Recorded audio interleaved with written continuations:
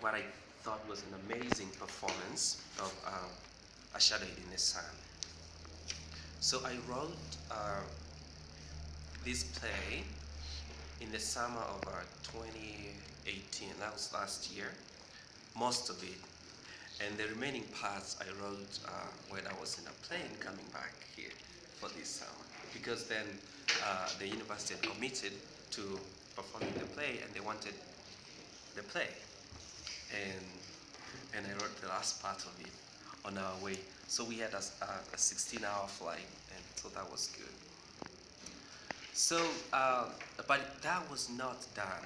So, me and some of my colleagues, Cecilia, now one called Kevin, was a student at the University of Nairobi, also was a fellow student, and another friend who was also at the University of Nairobi but who writes for the paper, Silas. So we sat down and edited this play from Java and Monrovia Street for a few days. That's why I note here that writing a play is a collaborative effort, right? The writer has these ideas, but in the end, the kind of editors you have will determine what quality you put out there. So we did it. Um, so as we edited, I started thinking of why did I even write this, A Shadow in the Sun? So basically, um, the play interrogates our society, especially on how we handle complex issues. So our society, like any other society in the world, it continues to evolve. So what we were yesterday is not what we are today. There's always change. Our generation is constantly exposed to difficult issues with no easy answers. Like there are things we face that we do not have any easy solution. So one of my graduate school, or maybe before I get to that, so A Shadow in the Sun, the play, it takes us through a journey that highlights some of these complex issues that often appear simple, but in practice they're complicated. There are many things in life, or we deal with in Kenya. If you mention them, people tend to have a very straight answer about that, right? So they can appear simple, but they're not always simple, they're complicated. So what we saw when the students performed this play, it underscored the idea that when we take a simplistic approach to solving difficult issues, we are bound to make mistakes. So when we uh, rehearsed this play, the rehearsal was a very important part because we made sure do the actors and actresses understand what they're doing? Because a performance is an interpretation of work, of a writer's work.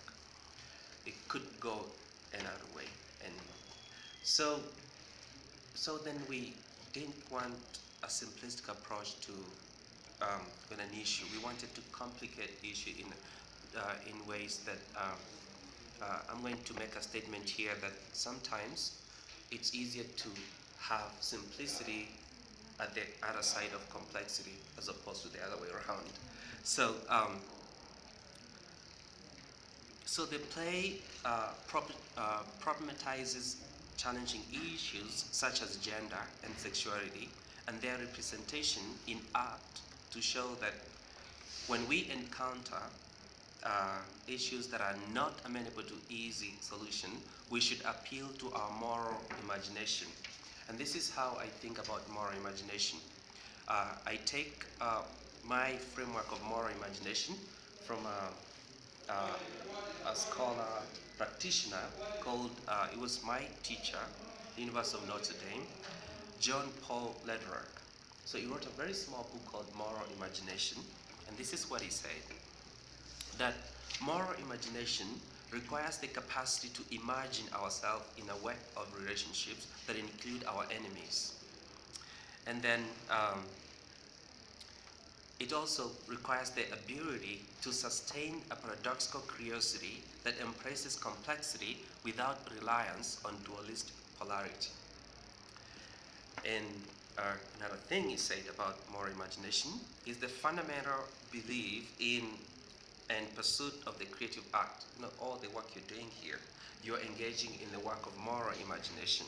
You have that kind of ability. So finally, he said, it's also the acceptance of the inherent risk of stepping into the mystery of the unknown. I want to repeat that. The inherent risk of stepping into the mystery of the unknown that lies beyond the far too familiar landscape of violence. So, um, so basically, moral imagination calls us into the idea that can you hold two opposing views and you still survive with that?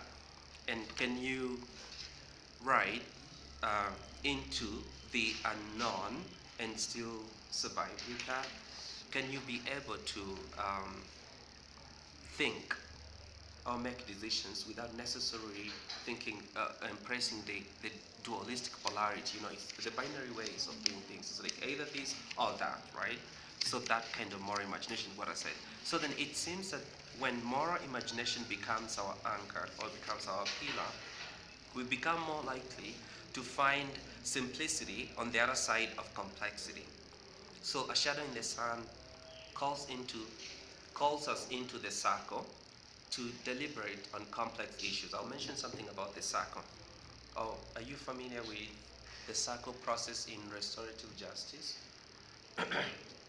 So the idea of the circle is well founded in African traditions and in other traditions like in Aboriginals or native cultures. Even the foundation of a homestead was a circle, right? People built round houses. It wasn't by accident. There's a logic to that. There's a logic in the sense that when you sit in a circle, nobody's at the head of a circle. You can never have a head of a circle. It's it's all wrong, right? So people always met in circles to talk about difficult issues and to find solutions. The assumption was, think of how we go around conflicts nowadays. A conflict nowadays could be anything. It can even have a value, right? Monetary values or anything. And in our contemporary society, conflict is like a product.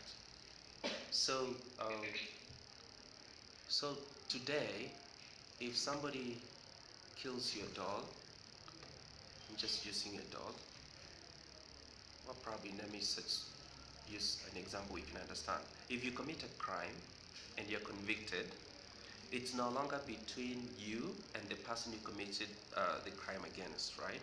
For example, if you killed a person, it's between you and the state. Why is that so? So the state basically has stolen the conflict from the community. It owns it and it prosecutes a person. But the circle says, no.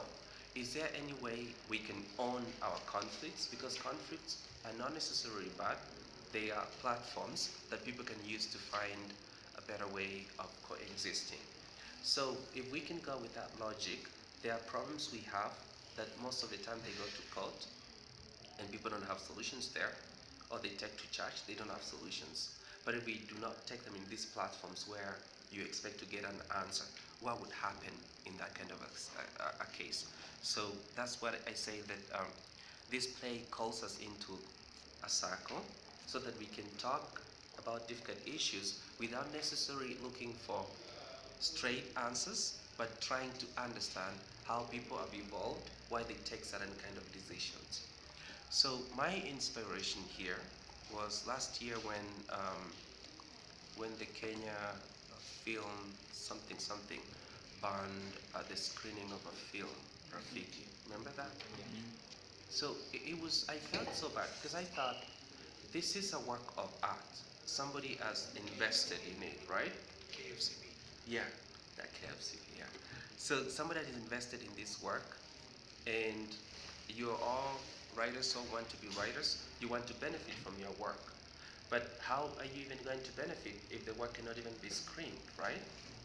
And who has to determine determine on what is permissible in a society or what is not permissible in a society, right? And yeah, so and who needs protection? So so I noticed all those issues went to court no easy answers. So then I thought, how can we talk about some of these issues? So that's really when I came up with the play. It was it took a very short time writing because there was that rage and and clear purpose. So I wrote that. So I say here that the question we ought to ask: what do we owe to each other as humans? Actually, there's a book by that title. It's a very nice book. It's in moral philosophy.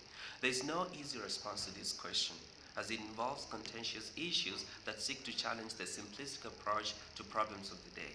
More than any other time in history, we are plunged into the struggle between the secular and the religious and the legal. These forces intersect in ways that threaten to tear our society apart. So I call them contending modernities, where the secular, the religious, and the legal gets to me. So I thought that in a small way, I can try to find a platform to consider these issues in a dialogical way, a way that privileges the idea that nobody's life should be finalized. You know, um, Bakhtin wrote about Lee Tolstoy and Fyodor Dostoevsky. These are Russian writers. Lee Tolstoy is well known because he wrote War and Peace, this huge book, and many other books, right? But Bakhtin says that Lee Tolstoy is not a good writer because he finalized his characters. You know, like you just say the final word on somebody. You know, like you can say Vincent is this and that's all. It's like that's all you can ever be. But Tolstoy, whom I liked so much, we read in European literature, uh, who are familiar with Crime and Punishment, he writes so nice in a way that he doesn't say the last word on any character. He does not finalize them. When you finalize people, there's a problem. For example, West Eurocentric based writings about Africans, right? It's like they have figured you out and they say this is what an African is. Or some books like that. But my idea was, how can we write about characters in a ways that dignifies them, even when they're doing things you don't like? You're giving them what you say is not the last thing you can say about them, right? You're giving them an ability to grow, to evolve, or to change. So when I create my characters here, at least that's what I thought I wanted to achieve. That change is inevitable. Nobody's immune to change. Even though some people have developed some form of immunity to change, which is temporary, there is always that kind of room. So that's really what I thought I should create. So so therefore, no life should be reduced to a period, comma, or question mark. All life should be led to flourish. So, um, so basically, that's the brief things I can say.